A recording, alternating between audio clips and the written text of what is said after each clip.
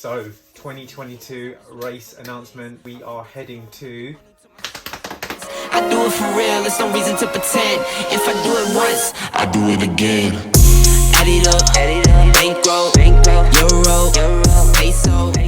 So guys, welcome back to the channel, welcome back to a new video and slightly different video. We're talking a little bit about what my plans are for the spring of next year. Well, what I hope they will be, just fingers crossed that we can actually get there with all the travel issues and restrictions. So yeah, fingers crossed. So we are heading back to the Boston Marathon. It'll be my second attempt at Boston and feel as if I've got a real close connection with Boston. Real history is kind of formed a huge part of the backbone of my running journey. So if you haven't checked out that running journey video, upper right hand corner for that video. And for me, it's been a big driver for not only 1 or 2 years. It's not just a race or a marathon. History of the race, what it means in the running community, the whole aspect of trying to get a BQ. It drove me personally for around 4 to 5, even 6 years when I first ran and heard of Boston, and provided a huge pillar in my training and something I aimed towards when I was running over 4.5 hours, going down to the sub 3s of the marathon. Boston Marathon is on the 18th of April. It's Patriots Day, the first one back on a Monday in 3 years. So the start of the race is Hopkinton to Boston. It's a point-to-point race. You get a school bus ride out very early on the day of the race, and you head to the start village area. I'm not too sure how different it will be, the whole COVID restrictions,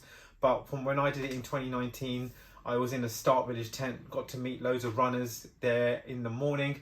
And with many races, you kind of have the relationships and the memories from the people you speak to at the start of the race, stories you share, where you're from, kind of the goals that you're going for. And sometimes you can end up running the race with those people. So do talk to people if you do go to a start pen of a race. Just try and engage. Don't have to talk to everyone. I'm not saying you have to talk to everyone, but engage with other people. They are there to help you. There's other people who are nervous, there are other people who are super excited. So try and feed it back off everyone and try and generate the feeling of what it is to actually be there and soak it in as much as possible. So there's flags outside the houses, stuff you see in the movies as a kid. So I think it's super special to go from the point of Hopkinton all the way down to Boston. Training wise, I will be starting 16 or so weeks until the race day. So that kind of means that we're starting right at the last week of December. From the period of where we are now up until sort of in the next 2-3 weeks time, it's not a huge deal of pressure. So in terms of races, I have a few tune-up races that I will be doing ahead of Boston. Locally here, where I am, there is a tune-up race in March. It's very much just half marathon simulation of Boston, 3-4 miles downhill,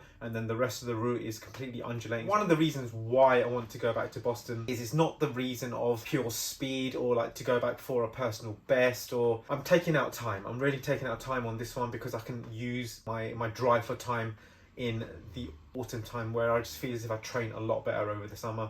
First time round in 2019, I know how to race the course better. I'm taking a lot of information that I did on that particular day, and for me personally, I raced it incorrectly in the first attempt, which can happen. I mean, I got carried away. First 15-16 miles was completely willy-nilly, going full hell for leather, literally full send into the race, and then I paid for it in the next 5 miles, where it's probably the most toughest part of the course. So one tip I'll definitely say is Heartbreak Hill is not the hill that does the most damage. For me, it was the one before, and it's many times I've heard from other people with the one that is the killer hill out of the 4 in the Newton area. For me, Boston is extremely special. It's, like I said, it's provided a huge backbone into my running journey. And in terms of the time that I used a 2:51 from London, 14 minutes under my age category, which means I knew I was going to be into the race anyway. It was just a matter of being confirmed, and as it proved quite luckily that everyone who applied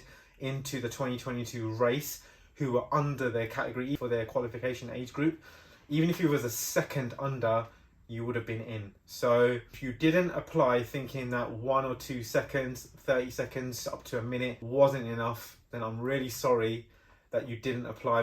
Everyone who applied, everyone who got in under their qualification time. So for example, if I ran, my cut-off time for my age group was 3 hours.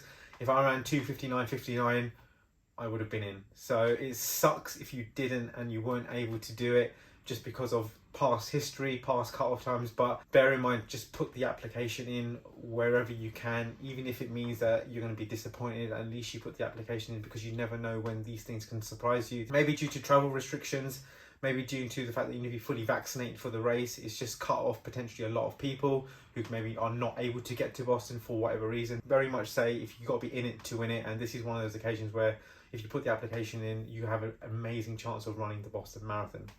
And my goals and expectations for Boston is, my current PB is 2:51, around 2:58 there. Doesn't mean I can't run a PB in Boston. If I train smartly, if I train well, train effectively, cover the hills, include a lot more of my long runs on undulating conditions, which I can't say I really did as much of going into the first one. Out and out long runs, which is the ones which you gain the most feedback off, is something that I will be including. Kind of want to just run the course how I feel as if I should run the course, and just run it smartly and run it very, very well, and come out of it saying that I gave it my all more than anything, left everything out there on the course. Logistically, should be heading out on the Thursday or the Friday, so this is going to be 3 days ahead of race day, which I highly recommend. It's not too much of an issue in terms of adjusting to the time.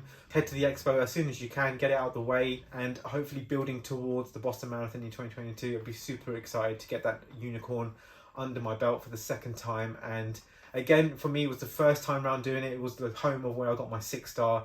And so it will naturally hold the best memories that I could ever have as a runner. And for me, it was a dream to do it, and to also go there without that attachment of anything else happening. So I'm going for the pure love of running, going for the pure love of the city and the history. I've got backup races in terms of to do in the UK, but I'm hoping I'll never have to do them. I want to thank you for watching. Thank you for the support on the channel. Until the next time, I'll see you in the next video. Peace out. You hating on me, it's not adding up.